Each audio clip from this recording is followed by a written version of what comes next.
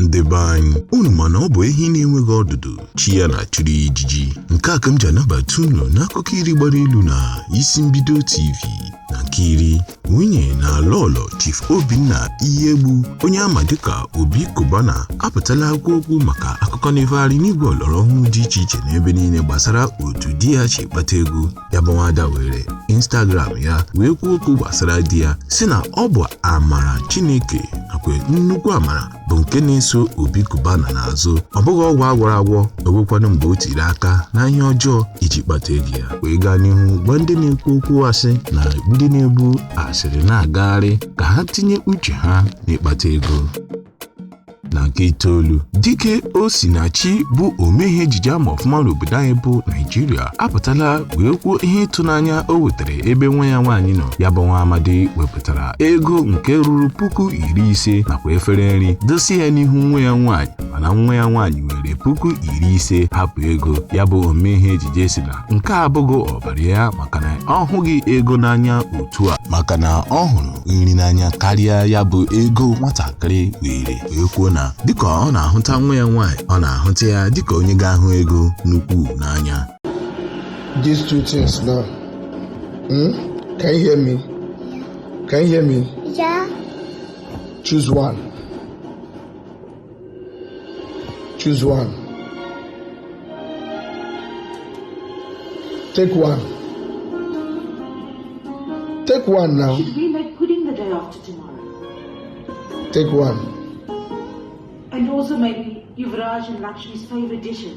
Take one. Yes, you don't even need to ask. I know what you want to remind me of by pretending to ask about food. Is that the one you want to take? Yuvraj and Lakshmi's birthday? Chineke Yes, me. Grandmother. I don't know. And we have already Mom. decided what gift to give Lakshmi and Yuvraj. I kept a plate of rice No one needs and to worry. 50,000. I Three said, comes choose again, one. and then both the Is that the one you want? And I go.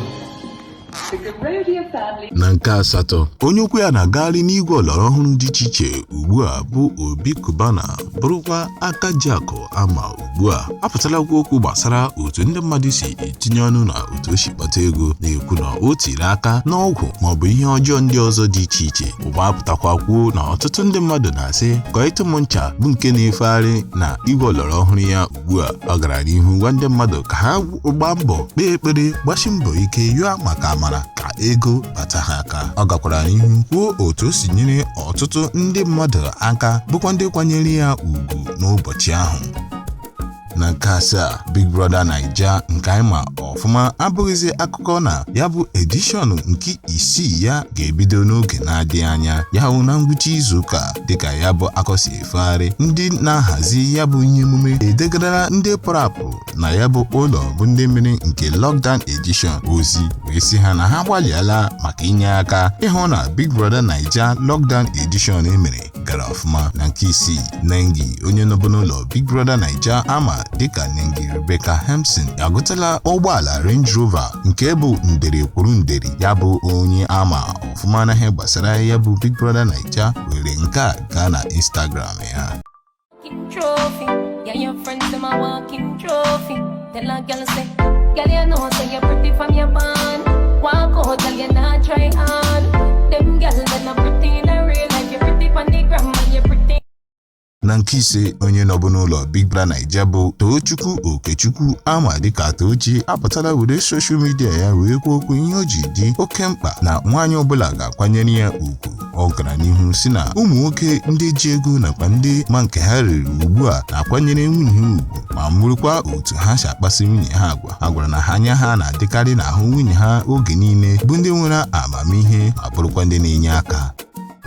Na nke anọ, omeihe ejije n'obodo anyị bụ Nigeria na Nollywood bụ Adaka agụla ụgbọala SUV ọhụrụ bụ nke ruru nderi kwuru nderi. Ya bụ omeihe ejije ama nke a gaa na Insta story ya wee bụ o gosiri ihe onyonyo ma sorokwa ndị ọyị ya na-aṅụrị ọṅụ maka nke a dịka ha na-egosi ya bụ ụgbọala.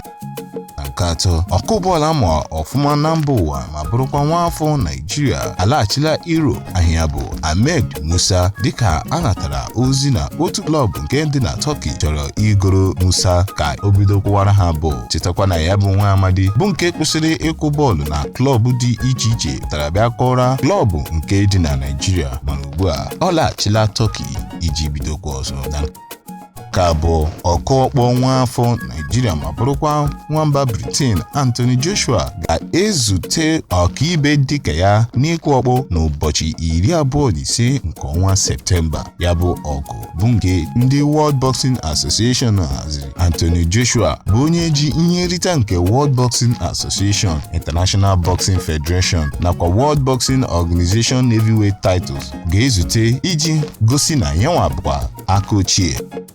Na nke mbụ, onye ndu nke Indigenous People of Biafra bụ Maazị Nnamdi Kanu asịla Maazị Simon Ekpa ka ọ hapụ ọrụ ya na Radio Biafra dịka onye mgbasa ozi maka ịdị iwu nke etinyere dịka nke a si n'ọnụ Emma Powerful bụ onye bụ onyeisi Media and Publicity ma bụrụkwa odeakwụkwọ na nke ahụ bụ onye kwuru na Ekpa dara ya bụ iwu nke etinyere maka Radio Biafra. Ndị be anyị, ebe a ka anyị ga-apịachi ya n'akụkọ iri gbara elu na isi mbido TV. Ma cheta na ị ga na-esoro anyị n'igwe ọlọrọ ọhụrụ dị iche iche dịka Facebook, Instagram nakwa ndị ọzọ. Chetakwa ojigajeri echefukwala onye ji aka.